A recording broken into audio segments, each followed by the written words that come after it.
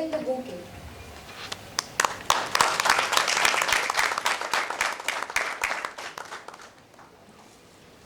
Our next dignitary is Shri Umashankar Sir, Deputy Director, Delhi Police Academy. Sir has served as ACP at Kotwali and Delhi Camp and as Additional DCP in Outer North. He has received Home Minister Medal for Excellence in Investigation in 2018. I request Adesh Basnotra, Planning Probationer, to please present the bouquet.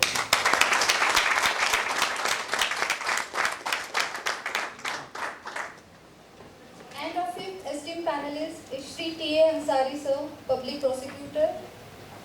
Sir has been with us in the two sessions as well. We welcome you again, sir, for this discussion. And now I request the chair of our panel, Ms. Mukta Gupta ma'am, to kindly proceed with the session.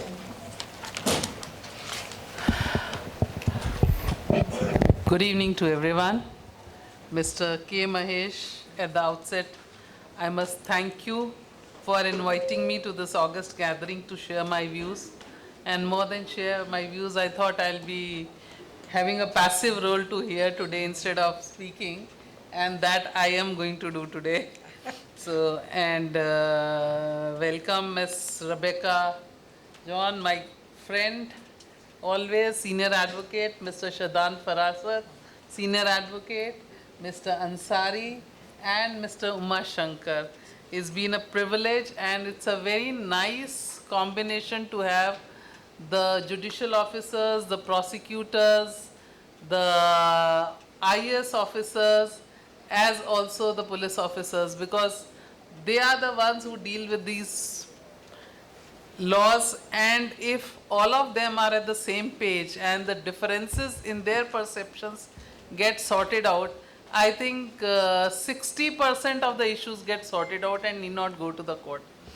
In my little experience, whatever I have had, the perceptions of the police used to be totally from the investigation angle, and they would only see the prosecution side. Similarly, the prosecutor would see the prosecutor side. The defense had its own arguments.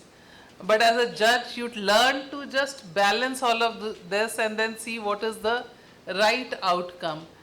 In fact, this kind of combinations earlier when Mr. B.T. Kaul, Professor B.T. Kaul was the chairperson of the Delhi Judicial Academy, we had such lectures and conferences at the Delhi Judicial Academy, and it was so much welcome that even officers to the level of the Commissioner of Police would come, the special commissioners would come and attend those functions, because if you know what the thought process of the other wing is, and if there is a justification therein, then you also start performing or acting in the same manner.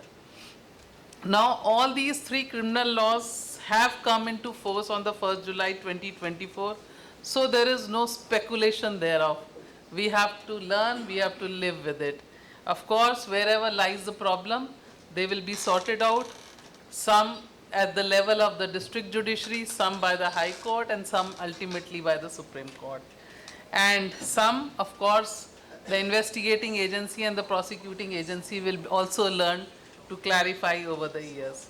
Now this session is for the Bharatiya Nagrik Suraksha Sanhita, which is in short now BNSS, and has come as a replacement to the Code of Criminal Procedure.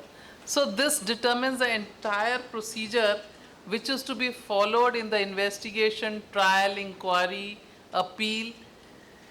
And let me tell you, please don't be confused, 95% of this, it is same as that of the old CRPC, only the number of provisions have changed.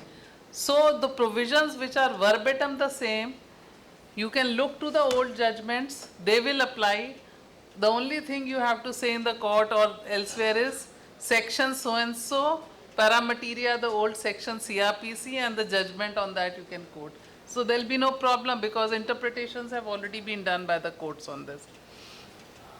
Rest 5%, some of them are very progressive, like service of summons through electronic modes, further forensics in the investigation, use of technology has been really highlighted, then service of summons now under 66 BNSS can be effected on any adult member of the family, which was unlike earlier, male member only. Then there are provisions which have given the right of hearing to the accused before cognizance is taken. Many a times the issue would be that, look, it's totally a false and frivolous case, but the court would say that the law was that at the stage of summoning you could just see what the complainant has to say and nothing beyond it. And since prima facie his allegations and his affidavit says that an offense is made out, so you have to face the trial. Now at this stage the accused has been directed to be heard, but however this BNSS does not provide the scope thereof. Now obviously this will have to be determined as we progress by the courts. However, two very important provisions, and I would say one to my mind which violates the fundamental rights, as also the Supreme Court decision, and the second which will have a large bearing on the outcomes of the criminal cases investigation in future, have been added. Earlier, Section 46 of the CRPC provided that while arresting, so much of restraint should be maintained as is necessary. That provision has been verbatim taken in 43(1), but 43(3) BNSS provides that keeping in view the nature and gravity of offense, the police can use handcuff at the time of arrest or while taking to the court. And some of the inclusive provisions therein are: if the accused is a habitual offender who has escaped custody, who has committed organized crime, terrorist act, drug-related, possession of arms, murder, rape, POXO, offense against the state. Now in Prem Shankar Shukla 1983 SCC 526, Supreme Court clearly said that nature and gravity cannot be the consideration while handcuffing, and the only consideration could be that there is a likelihood of escape. Now to my mind, this is actually in violation of the fundamental rights of a person or person to be arrested, as also violative of what the Supreme Court has held. Now second very important provision is, we all know Section 154 CRPC, which provided for registration of FIR, which is now 173 BNSS. Now 154 CRPC permitted that in case of commission of a cognizable offense, the police was to register FIR on receipt of an information for his. Now in that, in 173(1) BNSS, a phrase has been added: irrespective of the area where the offense has been committed. Now the result thereof is, offense may be committed in one state, FIR can be registered in other state. With the result, not only the FIR can be registered, if you see the further provisions of 173 onwards, it permits investigation, and there is one provision, 183 BNSS, which mandates that a judicial magistrate of the area where the offense is registered to record the confession and statement. Now confession of an accused will be recorded only after he has been arrested. So if you go on to the reading, it is not only that a police officer of a station which is where the offense has not been committed, or even the consequence thereof has not been ensued, can register the FIR, investigate, and thereafter file the charge sheet, including arrest of the accused. However, the dichotomy lies that after registration of FIR, investigation, the trial has to take place before the court where where the offense is committed or the consequences have influed. These provisions were earlier 177 to 184, which have now been verbatim copied in 197 to 204. So the consequences, the police station can register FIR, arrest, then investigate, but the charge sheet and the trial will take place before that court. Now, this will create a clear problem, because what will happen to the last remand? What will happen to the bail? So pre-charge sheet bail will be considered by one high court or the court, sessions court, and the post-charge sheet by another court. Continuity of the remand, continuity of the prison. Now if it is another state, the prison will also change. How to deal with it, and if obviously due to this there is a filing in the delay in the filing of the charge sheet, the benefit obviously will go to the accused. So there are some provisions, like while amending the provisions, a complete seriatim has not been maintained. Due to slight tweaking in certain provisions, there is dichotomy which is appearing in various provisions, and some of the other provisions which I would say have slightly better aspect, which are victim oriented, is that earlier there used to be withdrawal of the prosecution where the victim had no say. Now under section 360 BNSS, the victim has also to be heard before the prosecution is withdrawn. Then section 392 mandates all the states to frame the victim protection scheme within 5 years, though I would have liked if some basic parameters thereof had been given. And these are some of the salient features, and of course at the end, as my friends bring to you further amendments which have been brought and further nuances of the BNSS, we'll have a discussion on the topic. Thank you very much. Over to Ms. Rebecca John for her expert comments on this. Thank you, Justice Gupta.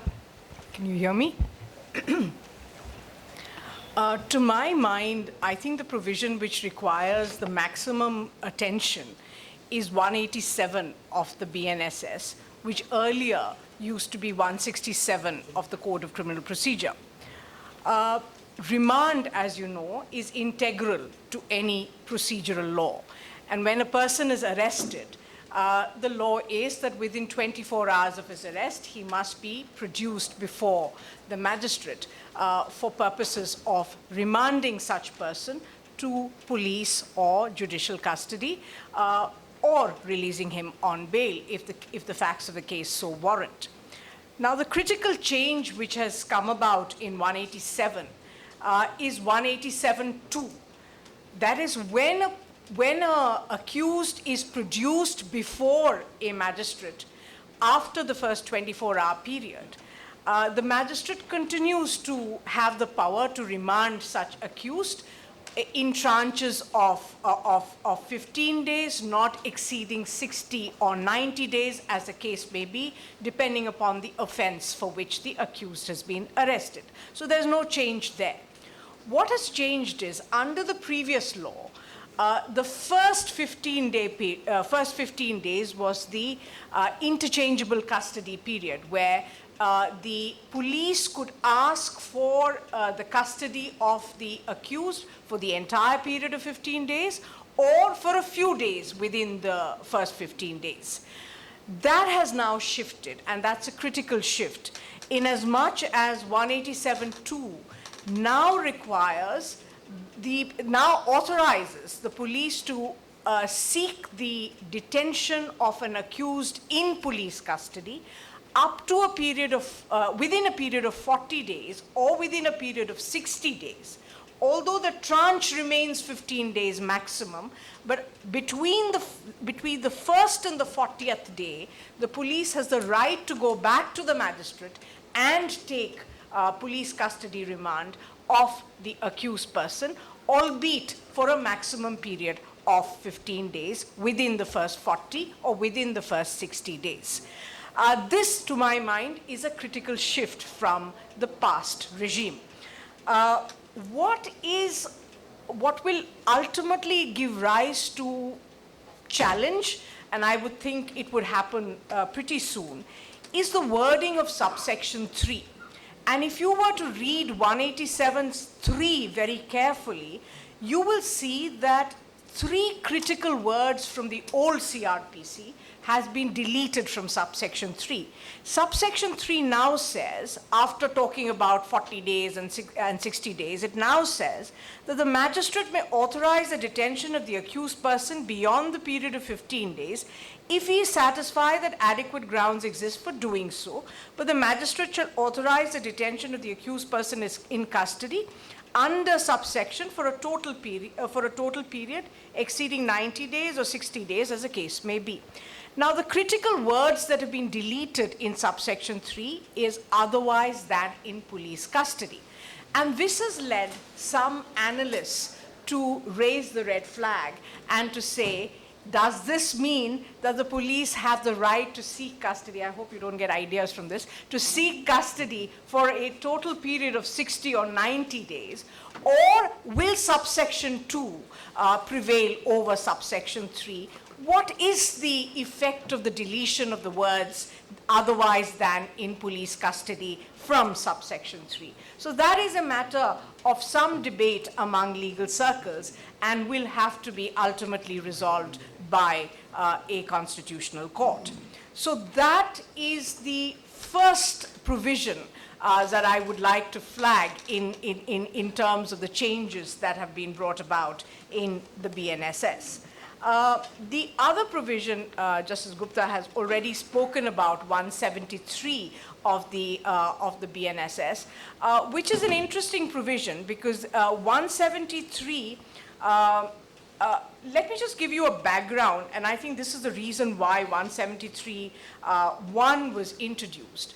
Although it doesn't use the word zero FIR, but through many judicial decisions of high courts and the Supreme Court, the need for the registration of a zero FIR was felt over a period of time.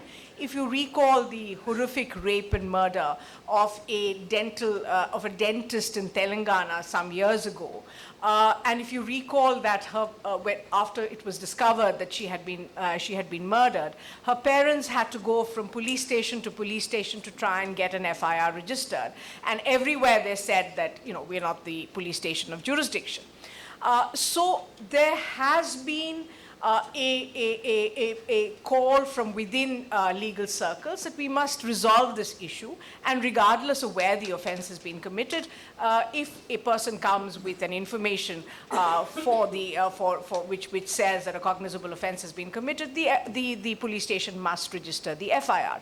So the idea behind 173(1) is perfectly valid. It has very practical reasons why it has been introduced. The problem, however, arises, as Justice Gupta has said, it comes within a section which talks of the entire gamut of investigation. So you register the FIR. It doesn't have an end date. After registering an FIR, you're clearly not a police station of jurisdiction. You are a police station outside jurisdiction, but you've registered it for convenience sake. Ideally, the section should have said that thereafter you hand over the FIR and the case file to the police station of jurisdiction. That has not been done in 173, and that will give rise to its own set of problems. I would say in some cases it is capable of misuse as well, because technically speaking, the police station without jurisdiction, which has registered the FIR, can arrest the accused, record statements under 161, take the witnesses or the accused for recording 164 statements. Even provisions of attachment of property can be invoked by that police station which has no jurisdiction to investigate the case. At what point then does that police station hand over the investigation? It is completely ambiguous and has a gaping hole there, and therefore it will require either an amendment or some kind of judicial intervention to bring clarity and to bring back balance to the provision. So what began as a salutary, as an important intervention, because there was a need to protect citizens from having to go from police station to get their FIRs registered. But because it does not have an expiry date, it will create problems of its own. And that is evident from a reading of the section itself. Of course, within that section, the police has been given powers, regardless of whether it has or it doesn't have jurisdiction. The police has been given powers to conduct a preliminary inquiry in certain cases. Now, this was again a subject matter of judge-interpreted law. CRPC as such didn't provide for preliminary inquiry. And it was felt that in some cases, if that preliminary inquiry was conducted, then perhaps the need to register the FIR would not have arisen, or you would have registered it under some provisions and not other provisions, and it would have led to a more balanced, fairer registration of the case.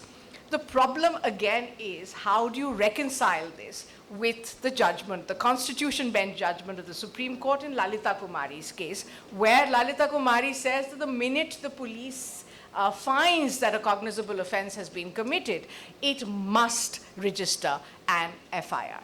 The only leeway here is that even Lalita Kumari, in certain cases, does talk about the need to conduct a preliminary inquiry.